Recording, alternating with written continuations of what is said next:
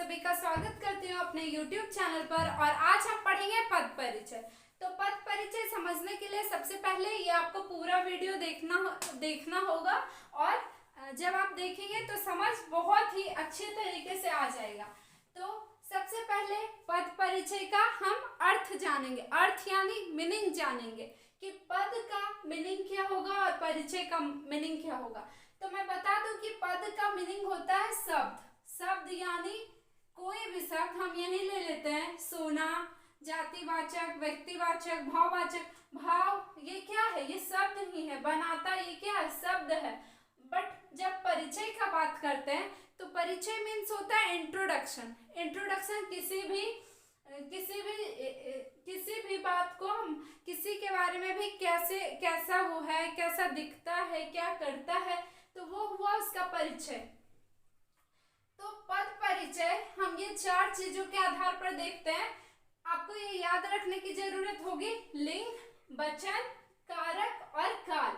ये चारों के बारे में जानना भी होगा। साथ ही में आपको ये दिमाग में बैठाना होगा कि हम चार आधार पे देखते हैं। वो क्या क्या है? लिंग है, वचन है, कारक है और अंत है काल। तो फिर उसके बाद हम आइए एक उदाहरण देखते हैं। सुनार सोना बनाता है। तो सबसे पहले हम इसमें संज्ञा जांच करेंगे। तो संज्ञा, सुनार क्या है? संज्ञा में कौन सा है? तो जातिवाचक है। तो जातिवाचक सबसे पहले ये माइंड में आएगा कि जातिवाचक कहते किसको हैं? तो जातिवाचक कहते हैं जब किसी जाति विशेष या वर्ग विशेष की बातें हो रही हो या बोध हो रहा हो तो उसे कहेंगे हम जातिवाचक संज्ञा। तो जातिवाचक संज्ञा मीन्स लड़का, लड़की। उदाहरण के स्वरूप हम ले सकते हैं लड़का, लड़की, शिक्षिका या सुनार। सुनार कैसे हुआ? सुनार, जब भी हम सुनार की बात कर रहे हैं तो एक सुनार की नहीं कि एक उसका पर्टिकुलर नेम लेके, एक उसका नेम लेके हम बोल रहे कि ये सुनार था। नहीं, हम यहाँ पर आपको सुनार बोल रहे। सुनार सोना बनाता है तो मीन्स जितना भी सुनार है सब सोना बनाता है। तो इससे समझ में आता है कि यहाँ पे जातिवाचक का बोध हो रहा है। तो हम यहाँ सबसे पहले लिखेंगे जातिवाचक मीन्स यहाँ पे संज्ञा का बोध हो रहा है। मीन्स हम एक सुनार स्पेसिफिक वर्ड को लिए और इसका लिख रहे हैं। तो जातिवाचक। फिर उसके बाद इसका लिंग क्या है? तो लिंग है ये पुल्लिंग। पुल्लिंग कैसे है? क्यों पुल्लिंग हम कहाँ से पहचानेंगे? इस कैसे हम पहचानेंगे? तो ये आइए समझते हैं। पुल्लिंग हम यहाँ देखेंगे बनाता है या बनाती है। ता या ती हो तो हम समझते हैं ती रहता तो हम समझ जाते कि वो है स्त्रीलिंग। बट जब ता है तो हम समझ रहे हैं कि वो है पुल्लिंग। आप कभी भी यहाँ से नहीं समझिएगा कि ये पुल्लिंग है या स्त्रीलिंग। यहाँ ये वर्ड देख के कि सुनार है या लड़की, या गीता है, ये सीता है, या रामू है, यहाँ से आप नहीं समझिएगा। आप समझिएगा यहाँ से बनाता है तो है पुल्लिंग। फिर उसके बाद आते हैं कारक पर। तो कारक यहाँ पे हमें नहीं दिख रहा, वैसे ही ढूंढेंगे अगर होता तो। और काल, काल है तो है क्या है? प्रेजेंट टेंस यानी वर्तमान काल। वर्तमान काल ये आपको समझ में उसके बाद हम यहाँ आते हैं। तो आपको अगर समझना है अच्छे से पद परिचय तो इसमें बहुत सारे, मैं सबसे पहले आपको सब कुछ का इंट्रोडक्शन दूंगी, उसके बारे में बताऊंगी, तब आपको धीरे धीरे ऐसे सेंटेंस को बनाना सिखाऊंगी। तो आइए सबसे पहले हम संज्ञा पढ़ते हैं। तो संज्ञा आप सभी जानते हैं 5 प्रकार के होते हैं। कौन कौन? व्यक्तिवाचक, जातिवाचक, भाववाचक, द्रव्यवाचक और लास्ट यहाँ समूहवाचक। तो आपको अब इन सारे के एग्जाम्पल के साथ मैं आपको समझाती हूँ। तो देखिए व्यक्तिवाचक, सबसे फर्स्ट व्यक्तिवाचक। तो व्यक्तिवाचक किसी भी एक पर्टिकुलर इंसान या खास इंसान के बारे में बोल सकते हैं। एक विशेष व्यक्ति का जहां भी बोध हो उसे व्यक्तिवाचक कहते हैं। जैसे महात्मा गांधी, या किसी वस्तु के भी बोध हो तो उसे कह सकते हैं महात्मा गांधी। गीता, गीता एक वस्तु है, दस्तावेज है एक, तो गीता। उसके बाद हम कह सकते हैं किसी भी पर्टिकुलर जैसे सुभाष चंद्र बोस। तो ये एग्जांपल से आपको समझ में आ गया होगा। पर्टिकुलर टीचर का नाम लिखती हैं, डॉक्टर सर्वपल्ली राधाकृष्णन, वो भी व्यक्तिवाचक में ही आएंगे। बट जब हम जातिवाचक का ले तो जातिवाचक में क्या होगा, यहाँ मैंने एक एग्जांपल दे रखा है, सुनार, सुनार भी होगा, शिक्षिका होगा या शिक्षक आप लिख सकते हैं, शिक्षिका या शिक्षक। फिर आप क्या लिख सकते हैं, लड़की, लड़का, गाय, ये सारे जो हैं ये जातिवाचक में आएगा। फिर भगवान भी आएंगे जातिवाचक में। जब हम एक शिव भगवान का नाम ले रहे हैं, जब हम बोलेंगे शिव भगवान तो वो आएगा व्यक्तिवाचक में। पर भगवान नाम से आप क्या समझ रहे हैं, भगवान शिव, दुर्गा, कुछ भी हम भगवान जो भी हैं हमारे इष्ट, हम उनका नाम लेते हैं, तो भगवान जातिवाचक में आएगा। पर जब हम पर्टिकुलर नाम ले रहे हैं, शिव, दुर्गा, गणेश, ये सब व्यक्तिवाचक में आएगा। अब भाववाचक समझते हैं। तो भाववाचक, जब भाव का भेद हो, भाव यानी इमोशंस, जब इमोशन और फीलिंग का बोध हो तब हम कहेंगे भाववाचक। तो एग्जाम्पल क्या हो जाएगा भाववाचक में, बचपन, बुढ़ापा, लड़कपन, बचपन, बुढ़ापा, लड़कपन, ये सारे एग्जाम्पल हो जाएंगे। मिठास, मिठास, खटास, तीखा, कड़वापन, ये सब लिख सकते हैं भाववाचक में। और जब द्रव्यवाचक की हो तो किसी भी धातु का बोध हो तो उसे द्रव्यवाचक कहेंगे। जैसे दूध हम बोल सकते हैं, सोना हम बोल सकते हैं, ये चांदी बोल सकते हैं, पीतल भी बोल सकते हैं, लोहा बोल सकते हैं। मीन्स साइंस में तो आपने पढ़ा ही होगा, मटेरियल जिसको कहते हैं तो उसे द्रव्यवाचक कहते हैं। इसमें दूध, तेल, घी भी लिख सकते हैं। और फिर समूहवाचक, समूह मीन्स किसी भी समूह का बोध हो। समूह से आप क्या समझते हैं, एक ग्रुप, क्लास, स्टूडेंट हैं तो स्टूडेंट, सारे स्टूडेंट आ सकते हैं, means group of student, bunch of keys, मतलब अंगूर का गुच्छा, चाबियों का गुच्छा, ये सब कक्षा लिख सकते हैं यहाँ। फिर ये टीम लिख सकते हैं यहाँ, सदस्य लिख हैं यहाँ। तो समूह से आपको समझ में आ गया होगा। अब हम इसके बाद अब हम देखेंगे सर्वनाम। स्टूडेंट, तो हम तो संज्ञा देख लिए, अब जो और आधार हैं उनके बारे में पढ़ लेते हैं, जो है सर्वनाम, क्रिया, विशेषण, लिंग, वचन, कारक और लास्ट काल। तो ये सारी के बारे में पढ़ लेते हैं। तो सबसे पहले आइए सर्वनाम देखते हैं। तो सर्वनाम, तो पहला है पुरुषवाचक। तो पुरुषवाचक में हम क्या कह सकते हैं, मैं गाना गा रही हूँ। मैं उदाहरण देती हूँ आपको, मैं गाना गा रही हूँ मीन्स मैं जो शब्द आया वो है पुरुषवाचक का उदाहरण। इसका उदाहरण तू, मैं, हम लिख सकते हैं। इसका और भी उदाहरण होता है तो हम वो सेंटेंस में देखेंगे। अब उसके बाद निजवाचक में आते हैं। तो हम कहेंगे ये मेरा कलम है। तो जैसे ही हम यह मेरा कलम है, मेरा बोली, तो वैसे ही निजवाचक मेरा हो गया। फिर स्वयं, ये निजवाचक का उदाहरण है, मेरा, स्वयं। फिर उसके बाद निश्चयवाचक, जब किसी निश्चय, कोई भी निश्चय चीज का बोध करते हैं, जैसे यह है, यह ब्लू है, तो हम यह कह सकते हैं कि यह है, यह निश्चित ही यह ब्लू है, तभी मैं ये कह रही हूँ। फिर संबंध में आते हैं। संबंध में हम कहेंगे कि वह जो उस दिन क्रिकेट खेल रहा था वह रमेश का भाई है। तो वह उस दिन जो क्रिकेट खेल रहा था, हम यहाँ संबंध बोल रहे हैं, वह रमेश का भाई है। मीन्स वह, जैसे ही शब्द आया कि वह उसका भाई है, वैसे ही वो संबंधवाचक हो गया। तो संबंध में आपको समझ में आ गया होगा सेंटेंस। और प्रश्नवाचक को एकदम सरल में समझिए, जैसे ही कहीं भी क्वेश्चन मार्क आ जाए आप समझ लीजिए कि वो सर्वनाम है। प्रश्न में WH वर्ड्स आप इंग्लिश में पढ़े होंगे कि जहां भी WH वर्ड्स, कहने का मतलब कि कब, कहाँ, क्यों, किस लिए, ये सारे शब्द आए तो हम समझ लेंगे कि ये प्रश्नवाचक है। और फिर अनिश्चयवाचक, किसी भी अनिश्चित चीज का बोध हो कि शायद बरसात होगी, तो शायद में शब्द आया, तो इससे समझ में आ रहा है कि किसी भी अनिश्चित शब्द का बोध हो रहा है। अब उसके बाद आते हैं क्रिया। तो क्रिया तो मैं आपको पहले वीडियो में पढ़ा चुकी हूँ। अब उसके बाद जानते हैं कि क्रिया के कितने भेद होते हैं। तो क्रिया के दो भेद होते हैं, सकर्मक क्रिया और अकर्मक क्रिया। तो सबसे पहले हम जानते हैं सकर्मक क्रिया का अर्थ क्या होता है।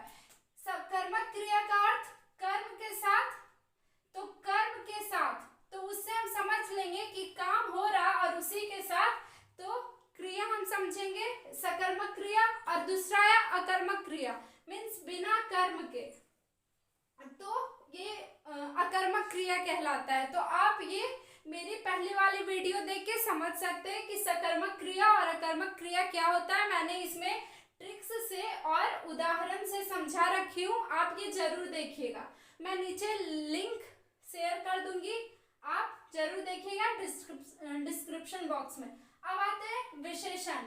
तो विशेषण 4 प्रकार के होते हैं, गुणवाचक विशेषण, संख्यावाचक विशेषण, परिमाणवाचक विशेषण और सर्वनामिक विशेषण। तो लास्ट से समझ लेते हैं। सबसे पहले सर्वनामिक विशेषण क्या कहते हैं। जब हमको कुछ भी चीज को गिनना पड़े, मीन्स 2 लड़के खेल रहे थे, जैसे ही हम शब्द बोले 2 लड़के खेल रहे थे, अर्थात मीन्स दो लड़के, तो हमको गिनना पड़ रहा है। मेरे पास 10 आम है, तो हमको गिनना पड़ रहा है कि मेरे पास 10 आम है, तो ये सर्वनामिक विशेषण हो गया। फिर उसके बाद परिमाणवाचक में, परिमाणवाचक जैसे हम किसी का भी नापतोल करते हैं। नापतोल कहने का मतलब कि जब भी हम बोलते 1 लीटर दूध, 1 केजी आम, ऐसा शब्द, वो हम परिमाणवाचक कह सकते हैं। फिर उसके बाद आते हैं संख्यावाचक में। संख्यावाचक, संख्या हम मीन संख्या बता रहे हैं कि मेरे पास 4 कलम है या 4 लाल टोपी है, तो हम कह सकते हैं कि उसे संख्यावाचक कह सकते हैं। फिर उसके बाद गुणवाचक। तो गुणवाचक देखते हैं, मेरे पास लाल टोपी है, जैसे ही मैंने लाल शब्द कहा वो गुणवाचक हो गया। वह बंदर बहुत चालाक था, जैसे ही मैंने चालाक कहा वो गुणवाचक हो गया।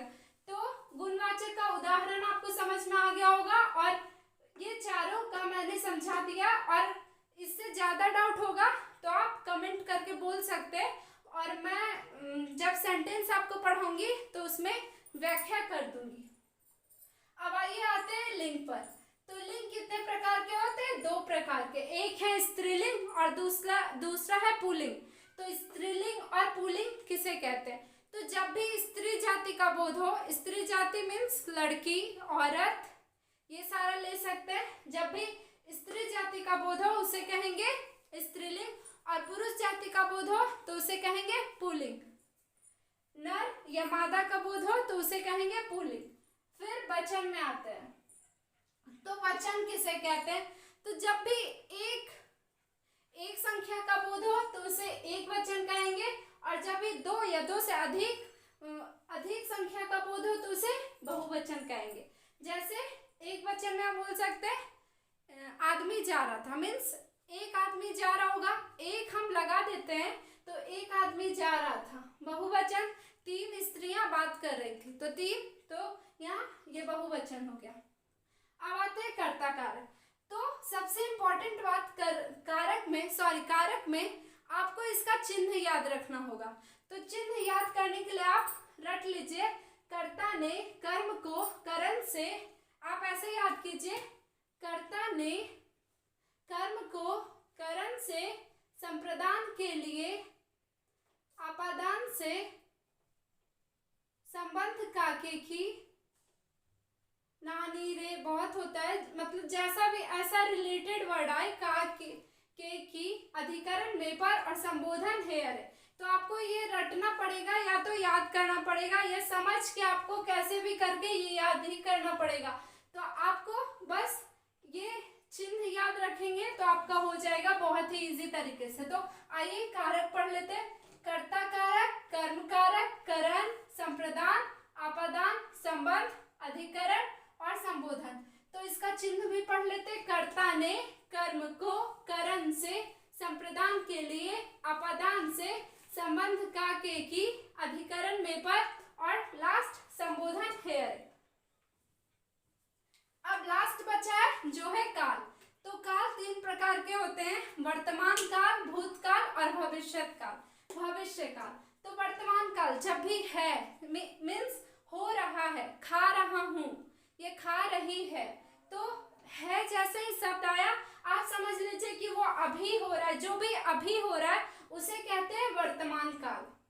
भूतकाल, भूतकाल था, हो रहा था, वहां लड़ाई हो रही थी, वह नाच रही थी, तो ये जैसे ही थी शब्द आया वैसे ही हो गया भूतकाल। उसके बाद भविष्यत काल तो होगा, कल बारिश होगा, कल संगीत होगा, कल वहां प्रोग्राम होगा, तो ये हो गया भविष्यत का। हम उदाहरण देख लेते हैं। अब हम उदाहरण से समझने का प्रयास करेंगे कि मैंने जो भी आपको बताया, संज्ञा, सर्वनाम या फिर क्रिया, जिसका 2 भेद होते हैं, सकर्मक और अकर्मक, और विशेषण जो भी आपको बताया है, ये जो सेंटेंस मैं लिखी हूँ उसका उदाहरण से समझेंगे। तो सबसे पहला उदाहरण मैंने लिखा है, आज समाज में विभीषणों की कमी नहीं है। तो विभीषण शब्द पहले समझिए कि यहाँ कैसे विभीषण का प्रयोग हुआ है, मीन्स किस प्रकार से, किस रूप में। तो यहाँ पे देशद्रोही के रूप में हुआ है, क्योंकि विभीषण क्या किए थे कि अपने भाई का सारा कच्चा चिट्ठा राम के पास खोल दिए थे, जिससे कि लंका का सर्वनाश हुआ था और ये वहां के राजा बने थे। तो देखिए, आज समाज में विभीषणों की कमी नहीं है। तो विभीषण देशद्रोही थे, और उससे क्या समझ में आता है कि विभीषण का जब बात हो रहा है तो कोई संज्ञा ही है, तो वो संज्ञा। और देशद्रोही जब बोलते हैं तो देशद्रोही मीन्स यहाँ पे विभीषणों, अगर विभीषण रहता तो तब हम यहाँ लिख सकते थे कि विभीषण एक पर्टिकुलर पुरुष का नाम है, पर जैसे विभीषणों नो आया वैसे ही आप समझ सकते हैं कि यहाँ देशद्रोही के भाव में बोला जा रहा है, और वो क्या है, जातिवाचक, क्योंकि एक पर्टिकुलर देशद्रोही के बारे में नहीं बोल रहे हैं हम, देशद्रोही के बारे में बोल रहे हैं जो बहुत सारे होते हैं, तो यहाँ है जातिवाचक। उसके बाद फिर हम बोले थे कि वचन के आधार पर, लिंग के आधार पर, कारक के आधार पर और काल के आधार पर देखिए। तो विभीषणों, तो यहाँ क्या हुआ, बहुवचन, और की कमी नहीं है विभीषणों, तो उससे क्या समझ में आता है, पुल्लिंग है ये, विभीषणों मीन्स पुल्लिंग है ये। और जब आया की, यहाँ पे मुझे कारक भी पता करना है, तो मैंने लिखा था विभीषणों की का बताना है, तो यहाँ की आया, तो इससे हमें क्या समझ में आया, कर्ता निकर्म को करण से संप्रदान के लिए अपादान से संबंध, का के की, तो संबंध कारक की हुआ, का के की, तो की हुआ। रात में देर तक बारिश हुई, दूसरी एग्जाम्पल, रात में देर तक बारिश होती रही, तो देर तक, सबसे पहले जो क्रिया की विशेषता बताए उसे क्रिया विशेषण कहते हैं। जैसे यहाँ पर देर तक है, देर तक बारिश हुई, तो यहाँ विशेषण बता रहे कि बहुत देर तक, लंबे समय तक हुआ, विशेषण बता रहा है, तो वहाँ क्रिया विशेषण। और कौन सा है, काइंड्स, तो प्रकार है कालवाचक क्रिया विशेषण। तो समझ में आ गया होगा आपको सेकेंड भी। फिर थर्ड देखते हैं, इस पुस्तक में अनेक चित्र है, तो मैंने यहाँ अनेक को अंडरलाइन किया, तो आपको अनेक का बताना। अनेक क्या है, विशेषण है, जो कि क्या है, अनिश्चित संख्यावाचक, मीन्स अनेक, हम गिन नहीं सकते, हम निश्चित नहीं बता सकते, जो कि अनिश्चित है, अब कितना होगा किसी को नहीं पता, तो वो समझ में आया, अनिश्चित संख्यावाचक। फिर उसके बाद क्या है, अनेक शब्द जो है वो वचन में क्या है, बहुवचन है, और ये शब्द आपको याद रखना होगा कि ऐसे शब्द पुल्लिंग होते हैं। और फिर उसके बाद विशेष है ये चित्र उदाहरण है विशेष। अपने गांव की मिट्टी, तो मिट्टी, मैंने बस मिट्टी के बारे में बोलने को बोला है, तो उदाहरण में खाली मिट्टी के लिए ही लिखेंगे। संज्ञा है जो कि द्रव्यवाचक है, मिट्टी संज्ञा है जो कि द्रव्यवाचक है। फिर आपके लिए ये 4 एग्जाम्पल मैंने लिए हैं, और ये आपको बना के कमेंट सेक्शन में मुझे कमेंट करना है। पहला देख लेते हैं, निर्धन लोग ईमानदार होते हैं। दूसरा, पुस्तक शब्द का बताना है। चौथा मकान में बताना है और आठवां वर्षा। मैंने इसलिए ऐसा दिया है क्योंकि आपको एक पर्टिकुलर शब्द का दे दी हूँ तो आप उसे आसानी से लिख सकते हैं।